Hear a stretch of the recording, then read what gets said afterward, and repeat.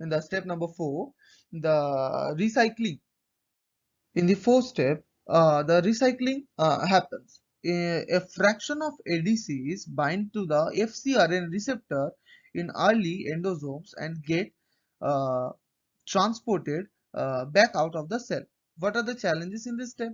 That is, excessive binding to the FcRn restricts release of the cytotoxin drugs.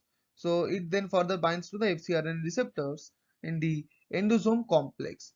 And in the next step, the release that is the release in this step, the lysosomes is fused with the lysosomes gets into the endosomes and forms endolysosome complex, and it will degrade the whole structures of the antibody drug conjugate inside the endosome, and it will leads to the release of the cytotoxins from the endosomes. In the next step, in the release step, you can see the challenges is there. The ADC has to efficiently release the cytotoxic drug in its active form.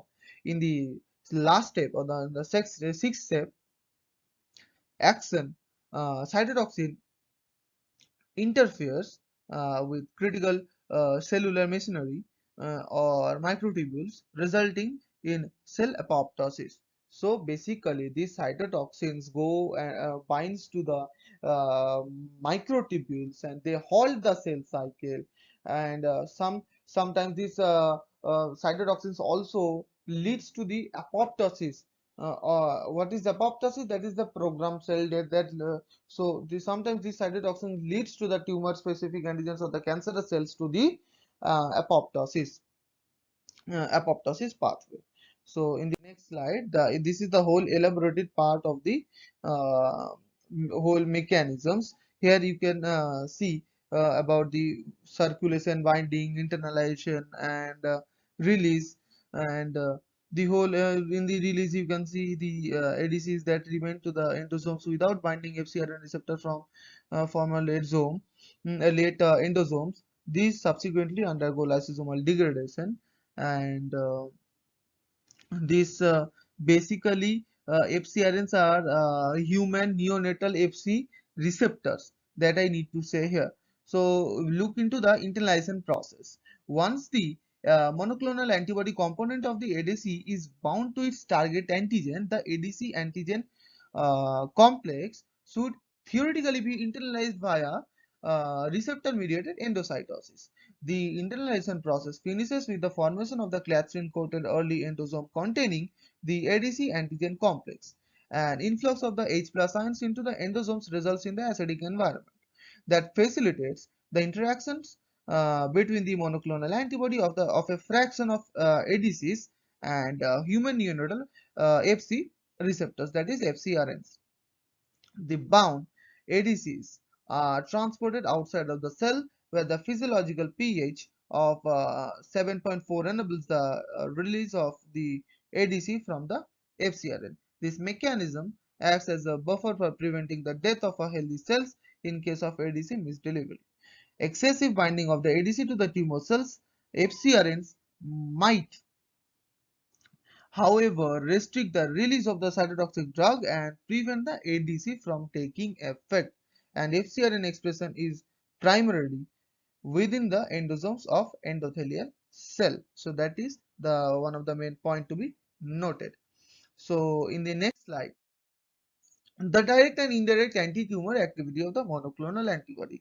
So this monoclonal antibody can be able to terminate the thread, or it can be able to show the anti-tumor activity by direct or indirect processes. Um, so you can see that in the direct process, the certain monoclonal antibodies like trastuzumab and rituximab exert direct cytotoxic effects by blocking the biological signaling activities of the tumor antigens associated with the cell function and the proliferation. In the indirect activities, there are three main pathways like ADCC, CDC, and CDCC also. So in the ADCC, immune effector cells such as macrophages or the NK cells or the natural killer cells bind to the CH3 region of the like constant heavy chain third region of the IgG monoclonal antibodies via their Fc gamma R3A receptors. Once bound to the immune cells, become activated and mediate tumor cell killing by phagocytosis by macrophages or via the release of the toxic granules from the NK cells. In the CDC, the binding of the monoclonal antibody to its target antigen on the tumor cells triggers the classical complement pathway. This is the whole complement pathway that helps in the formation of the membrane attack or membrane pore complex. Basically, it leads to the termination of a proper uh, antigen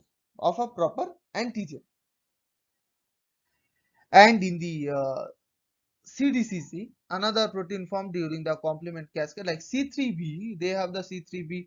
C3b acts as a opsonin, and basically this whole thing is a opsonization process. And this C3b acts as the opsonin, interacts with the C3b receptors present on the NK cells and macrophages to facilitate the tumor cell lysis.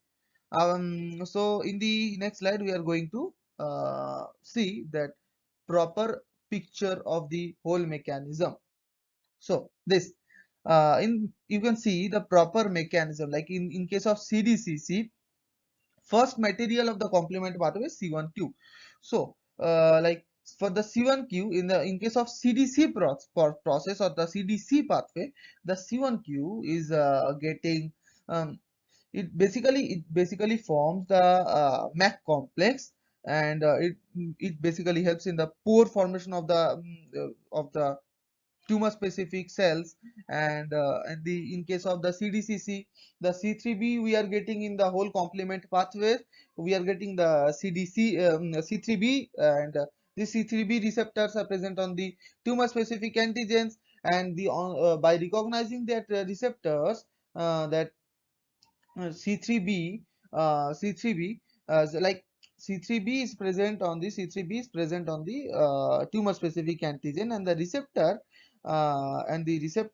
and by the help of C3b receptor that are present on the NK cells or the macrophages, they will come and bind to that.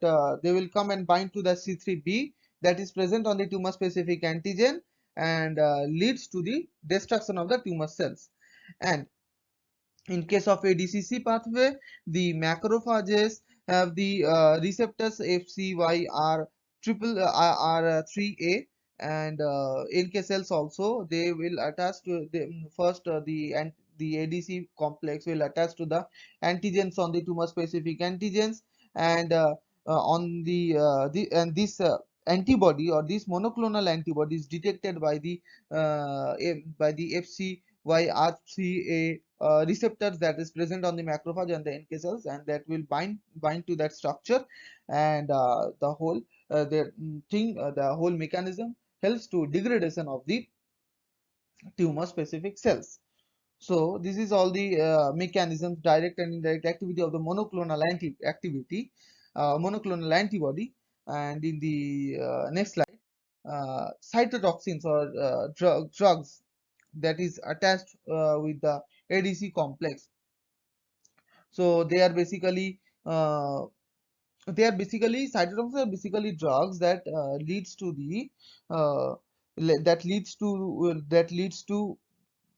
destruct or destroy the uh, tumor specific cells by different kinds of mechanisms. So you can see the current, or like one of the important cytotoxins are the orostatins, myotensins, and calicimycins. Those are the one of the main important drugs of the cytotoxins that are now that uses for the antibody drug conjugate complex. And the proper mechanism of this are basically as I said, apoptosis or hold the cell in any cell cycle stage.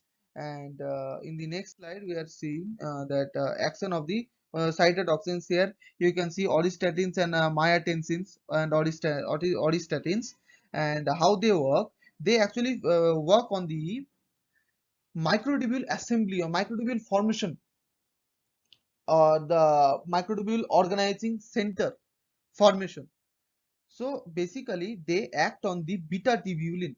First they act, the auristatins, they act on the beta tubulin, and it halts the uh, polymerization of the microtubules.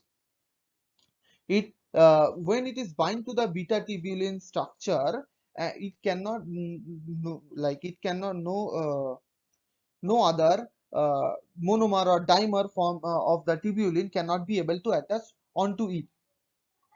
So the polymerization halts there, and the cells, that's why the cell cycle is also halts at this stage, and this stage is the nothing but a metaphase stage.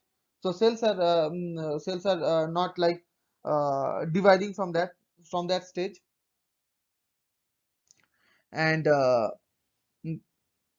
in case of myotin, since the depolymerization occurs, they actually cap the polymerization step. And in case of GTP hydrolysis occurs, and GTP hydrolysis occurs, but the cell because of the capping, the cells are cannot be able to further polymerizes. It starts to depolymerization. It starts to disassembly. You can see in the action of the cytotoxins here in the diagram. So in the next slide, you can see the one of the one of the main drug compounds that is here. It's like, for what is the first drug and what are their target antigens. Like if I say the TDM1, or if I say like TDM1, that is approved in the 2013, and the cytotoxins are the DM1, and the antibody type is humanized IG1, and the target antigens is HER2 or HER2. So this is approved in the this drug is approved in the 2013, and 2011 another drug is approved, that is Drentuximab vedotin, and this drug recognizes the target antigens like CD30, and MMAE is the cytotoxin, and this is approved by FDA in 2011. And as you know earlier, as I said, that gemtizumab ozogamycin, these are this is the first drug that is FDA approved, but later it is withdrawn in the year of 2010. So there are also several other drugs that are that are still on the trials, like first trials or first clinical trial, second clinical trial, or third clinical trials. There are also several kind of drugs, and they are targeting like different types of receptors like CD19, CD 138, and PSMA, and CD22.